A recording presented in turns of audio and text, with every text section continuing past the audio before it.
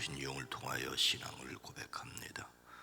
전능하사 천지를 만드신 하나님 아버지를 내가 믿사오며 그 외아들 우리 주 예수 그리스도를 믿사오니 이는 성령으로 잉태하사 동정녀 마리아에게 나시고 본디오 빌라도에게 고난을 받으사 십자가에 못 박혀 죽으시고 장사한 지 사흘 만에 죽은 자 가운데서 다시 살아나시며 하늘에 오르사 전능하신 하나님 우편에 앉아 계시다가 산자와 죽은 자를 심판하러 오시리라.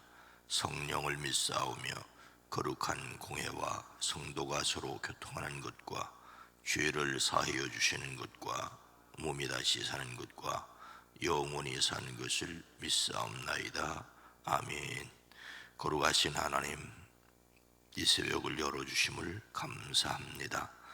우리의 매일매일 순간순간이 주의 은혜인 것을 고백합니다. 주님, 또한 때를 따라 돕는 은혜도 허락하여 주시기를 간구합니다. 한 주간이 시작되는 일터와 사업장과 기업 위에 주의 복을 더하여 주시옵소서.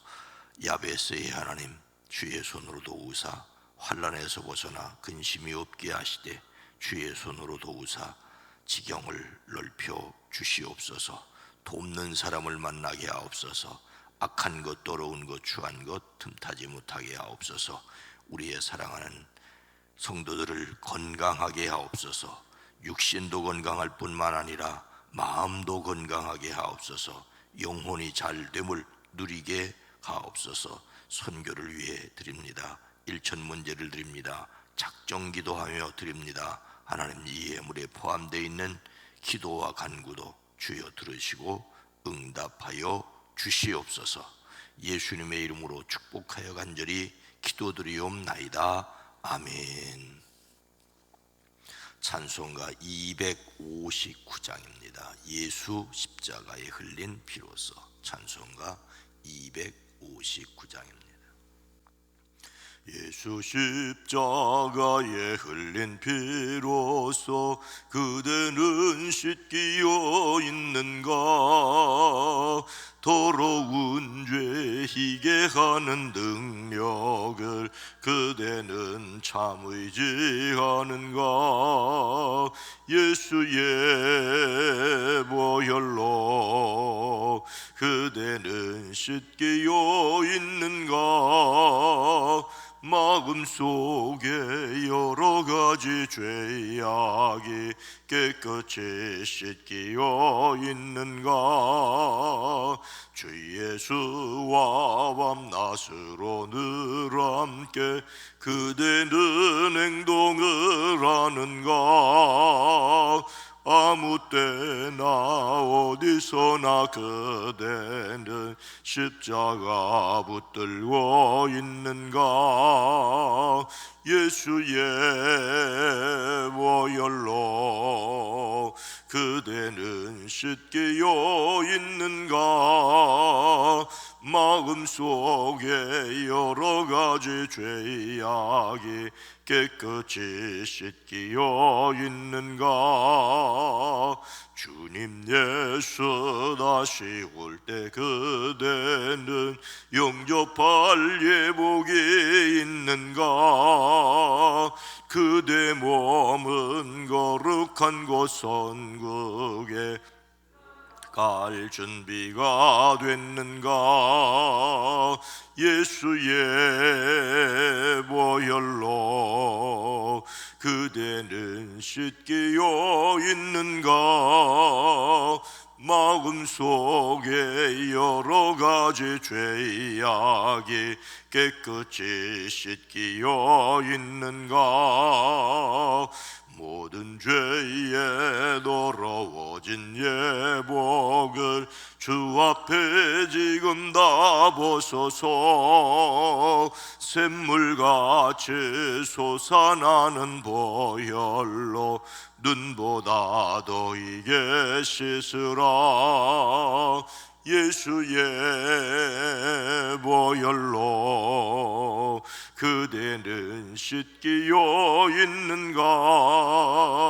마음속에 가지 죄악이 깨끗이 씻기어 있는 예수의 보혈로, 예수의 보혈로 그대는 씻기어 있는가?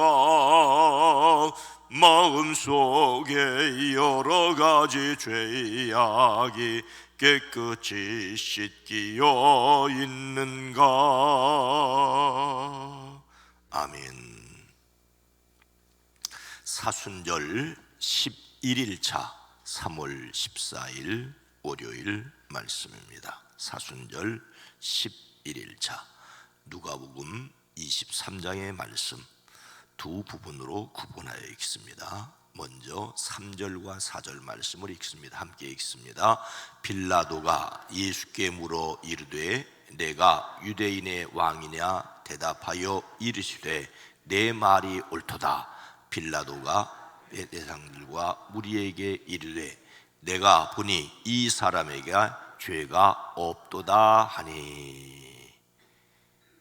죄 없으신 예수님, 빌라도의 법정에 서셨는데 빌라도는 자신이 처벌할 만한, 죽일 만한 죄가 없다고 대제사장들과 무리에게 말하는 것을 볼 수가 있습니다. 계속해서 23장 13절로 25절까지 말씀을 함께 읽습니다. 빌라도가 대제사장들과 관리들과 백성을 불러 모으고 이르되 너희가 이 사람이 백성을 미혹하는 자라 하여 내게 끌고 왔도다. 보라, 내가 너희 앞에서 신문하였으되 너희가 고발하는 일에 대하여 이 사람에게서 죄를 찾지 못하였고 헤롯이 또한 그렇게 하여 우리에게 도로 보내었도다. 보라, 그가 행한 일에는 죽일 일이 없느니라. 그러므로 때려서 놓겠노라. 무리가 일제히 소리질러 이르되 이 사람을 없이 하고 바라바를 우리에게 놓아 주소서 하니, 이 바라바는 성중에서 일어난 밀란과 살인으로 말미암아 옥에 갇힌 자로라. 빌라도는 예수를 놓고자 하여 다시 그에게 말하되 그들은 소리질러 이르되 그를 십자가에 못 박게 하소서, 십자가에 못 박게 하소서 하는지라. 빌라도가 세 번째 말하되 이 사람이 무슨 악한 일을 하였느냐? 나는 그에게서 죽일 죄를 찾지 못하였나니 때려서 놓으리라 하니, 그들이 큰 소리로 재촉하여 십자가에 못 박기를 구하니 그들의 소리가 이긴지라. 이에 빌라도가 그들이 구하는 대로 하기를 언도하고 그들이 요구하는 자 곧 밀란과 살인으로 말미암아 옥에 갇힌 자를 놓아주고 예수는 넘겨주어 그들의 뜻대로 하게 하니라. 아멘. 그들이 큰 소리로 재촉하여 십자가에 못 박기를 구하니 그들의 소리가 이른지라. 소리가 이긴지라. 법이 이긴 것이 아니라 소리가 이겼다. 빌라도가 그 소리에 굴복하여 소리가, 목소리 큰 사람이 이기는 듯한 그 세상이라고 말하지만 이미 예수님의 법정에서도 소리가 이겼다. 죄 없는 사람이 소리에 질 수 있는 것을 우리는 볼 수가 있습니다. 우리는 죄 없다고 인정받으신 그리스도를 믿습니다. 성품 큐티 오늘 말씀 요한복음 2장 13절로 16절 말씀, 신약성경 144면입니다. 요한복음 2장 13절로 16절 말씀을 함께 읽습니다.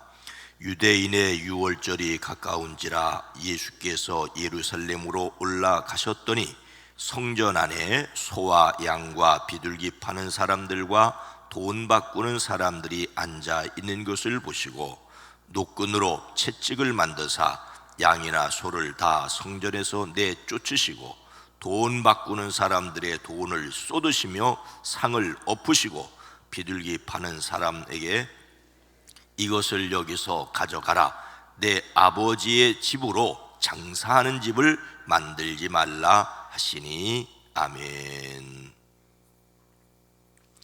오늘도 예수 그리스도의 이름으로 승리하시기를, 담대하시기를 주의 이름으로 축복합니다. 대통령 선거가 끝나고 당선자가 결정이 되었습니다. 이번 선거는 최선이 아니라 차선을 선택하는 정도가 아니라 최악을 피해보자는 선거였다는 말이 있을 정도로 흙탕물이었습니다. 국가 비전에 대한 고민보다는 상대방을 헐뜯기로 날을 세웠습니다. 그중 하나가 성남시 대장동 개발 특혜 의혹이었습니다. 서로가 상대방을 몸통이라고 했습니다. 그런데 그 기사들 중에 재미있는 뉴스 하나를 발견했습니다. 성남시 대장동 개발 특혜 의혹을 최초로 보도한 기자는 그 내용이 더불어민주당 경선 과정에서 같은 당 후보들끼리 상대방을 떨어뜨리기 위해서 제보를 했기 때문에 기사화했다는 주장이었습니다. 이번 대장동 특혜 의혹 논란의 시발점은 민주당 20대 대통령 후보 경선 과정에서 경선 후보의 핵심 관계자가 제보를 해 줬기에 사실 확인을 거쳐 국민의 알 권리와 언론의 본분을 다하기 위해 기사 수첩 형식으로 기사를 발행한 것이라고 설명을 했습니다. 국민의힘 쪽에서 그것을 먼저 제기한 것이 아니라 민주당 안에서 민주당을 대표하는 후보를 뽑기 위해서 서로 다툴 때 그 사람들이 서로 공격하면서 이 의혹을 제기했다라고 하는 것입니다. 선거가 끝난 후에도 이른바 고발사주 의혹을 제보한 조성은 씨도 더불어민주당을 겨냥해서 경선 때 대장동을 끌고 나와 이 후보를 덮어 씌운 것은 민주당 내부라고 주장을 했습니다. 누가 몸통인지는 모릅니다. 앞으로 밝혀질지 어떨지도 모르겠습니다. 다만 이 기사의 내용이 사실이라면 대장동 몸통에 대한 논란은 민주당 경선 과정에서 시작됐다는 것입니다. 자기 당을 대표하는 후보를 선출하기 위해 당내 경선에서 서로 공격한 내용이 본선에서 끝까지 발목을 잡았습니다. 무지막지한 당내 경선을 치른 결과로도 할 수 있습니다. 물론 당내 경선에서 승리해야만 본선에 나갈 수 있으니 당내 경선을 치열하게 할 수밖에 없습니다. 또 그래서 흠결을 거르기도 하지만 그 내용들이 본선에서는 상대당 후보에게 공격의 빌미를 줄 수 있습니다. 어쩌면 자기 발을 자기가 찍었다고 할 수가 있습니다. 그러나 중요한 것은 문제를 만들기 전에 문제가 없는 깨끗함이 있어야 합니다. 예수님을 담는 성품 3월의 주제는 담대함입니다. 이 담대함이 바로 하나님의 능력으로 오른편에 설 때에 주어지는 것이라고 볼 수가 있습니다. 예수님께서 예루살렘 성전에서 무엇을 보셨습니까? 유대인의 유월절이 가까운지라 예수께서 예루살렘으로 올라가셨더니 성전 안에서 소와 양과 비둘기 파는 사람들과 돈 바꾸는 사람들이 앉아 있는 것을 보시고 성전 안에서 장사하는 사람들을 보셨습니다. 소와 양과 비둘기를 파는 사람들과 돈 바꾸어 주는 사람들이 앉아 있는 것을 보셨습니다.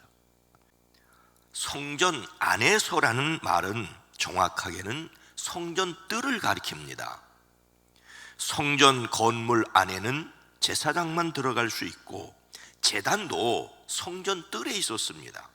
지성소와 성소가 있는 건물과 그 뜰을 포함해서 다 성전이라고 합니다.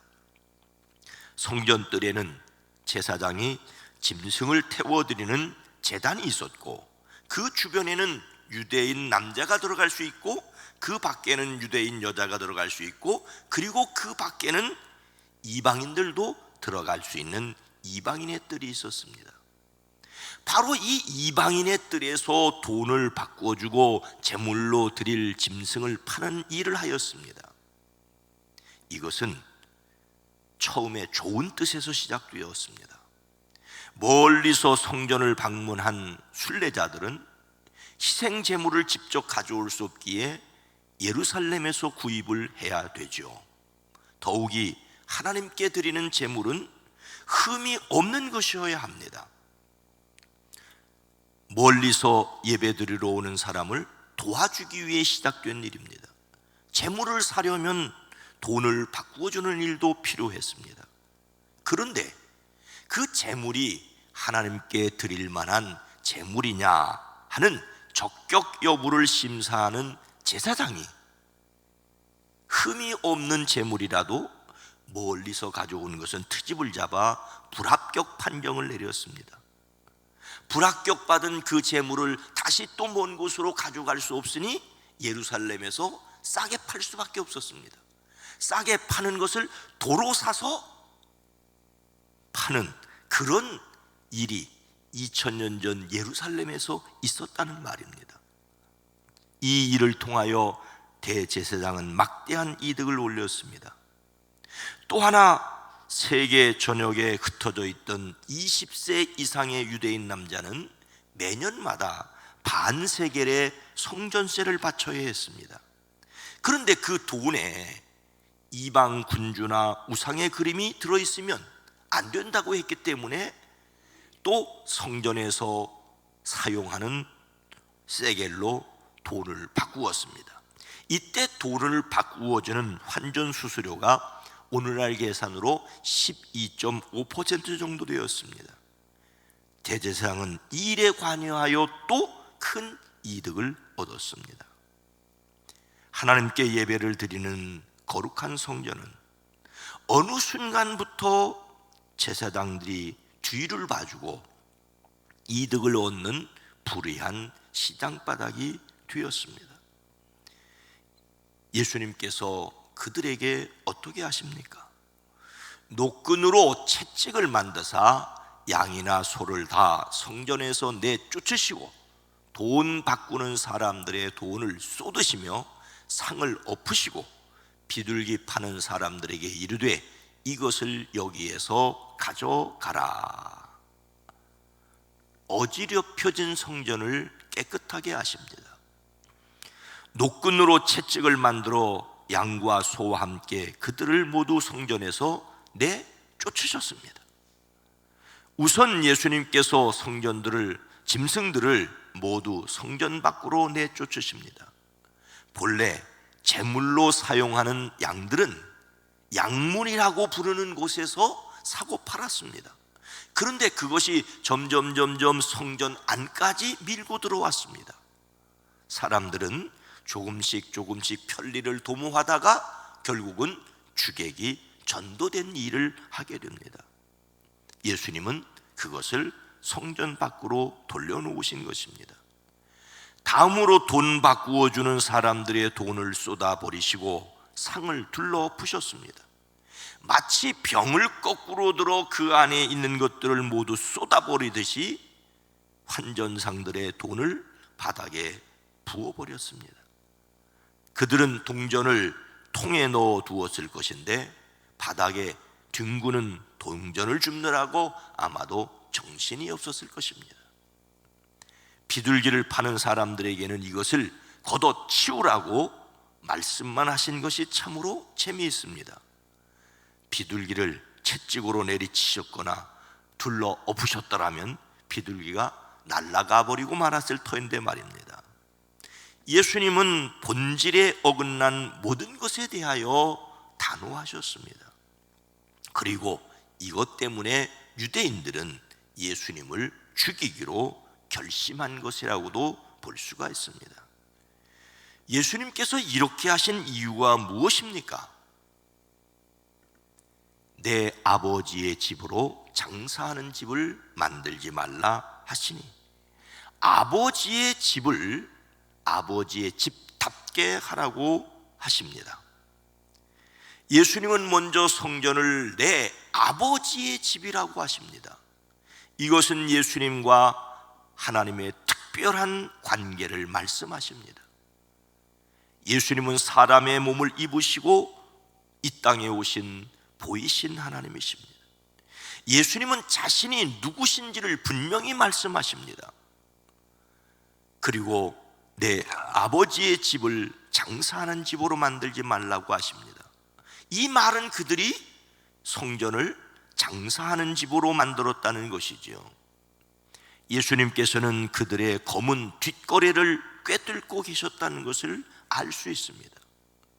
순례자들에게 편리를 제공하려던 것이 지나쳐 제사장의 호주머니를 채워주는 검은 사업이 되었고, 아마도 다 알고 있으면서도 말을 하지 못하는 것을 예수님께서 이 일을 하셨다고 볼 수 있습니다. 이런 일을 하시는 예수님을 보며 제자들은 주님의 집을 생각하는 열정이 나를 삼켰다는 시편 69편 말씀을 기억하였습니다. 예수님께는 하나님의 성전을 생각하는 열정이 있으셨습니다. 그래서 담대하게 이 일을 하실 수가 있었습니다. 예수님은 평소에는 너무나 자상한 분이셨지만 불의 앞에서는 질풍노도와 같이 진노하시는 공의로우신 분이십니다. 당시 성전 타락 중심에 서 있던 제사장들을 비롯한 유대 종교 지도자들을 꾸짖으셨습니다. 그러나 고쳐지지 않았습니다. 성전을 정화하신 사건은 오늘 본문 말씀처럼 요한복음은 생애 처음에 기록되어 있고, 마태, 마가, 누가복음은 생애 끝부분에 또 한 번 있는 것으로 기록하고 있습니다. 이렇게 깨우치셨음에도 지키지 않았기 때문에, 고쳐지지 않았기 때문에 다시 한번 생애 마지막에 정화하시는 것을 볼 수가 있습니다. 그래도 고쳐지지 않다가 70년 로마에 의하여 완전히 성전이 무너지고, 그때부터 지금까지도 그 성전은 회복되지 않고 있습니다. 오늘 우리의 모습은 어떻습니까? 개가 그 토한 것을 도로 먹는 것 같이 그 미련한 것을 거듭 행하는 미련한 자들은 아닙니까? 우리는 끊임없이 개혁되어야 합니다. 옳은 일이기에 그 일을 순종하는 담대함이 저와 여러분 모두에게 있어지기를 주님의 이름으로 축원합니다. 거룩하신 하나님, 자비로우신 주님, 매일 기도하고 매일 말씀을 듣는 것이 우리의 공로가 아니라, 그렇게 해야만 뒤로 물러가지 않고 앞으로 나갈 수 있기 때문입니다. 우리는 좋은 일을 좋게 하자고 편리를 위해서 하다가 점점 사람 중심의 신앙생활을 하게 되는 것을 보게 됩니다. 주여, 우리가 이러한 자신임을 깨닫고 매일매일 말씀과 기도와 찬양으로 하나님이 우리에게 주신 은사를 다하여 하나님께로 나아가게 하옵소서. 오늘 하루도 승리하게 하옵소서. 가정일터 사업장에서 복되게 허락하여 주시옵소서. 연약한 육체들을 강건하게 하시고 무뎌진 심령을 하나님 앞에서 날카롭게 하옵소서. 하늘에서 이루어진 것 같이 땅에서도 이루어지기를 소망합니다. 힘 주시옵소서. 능력을 더하여 주시옵소서. 예수님의 이름으로 간절히 축복하여 기도드리옵나이다. 아멘. 오늘 말씀을 생각하며 날마다 말씀으로 새롭게 하옵소서. 우리 교회가 세상을 닮아가는 죄에 물들지 않게 하옵소서. 이 세상이 정의는 세워지고 불의는 사라지게 하옵소서. 기도합니다. 주여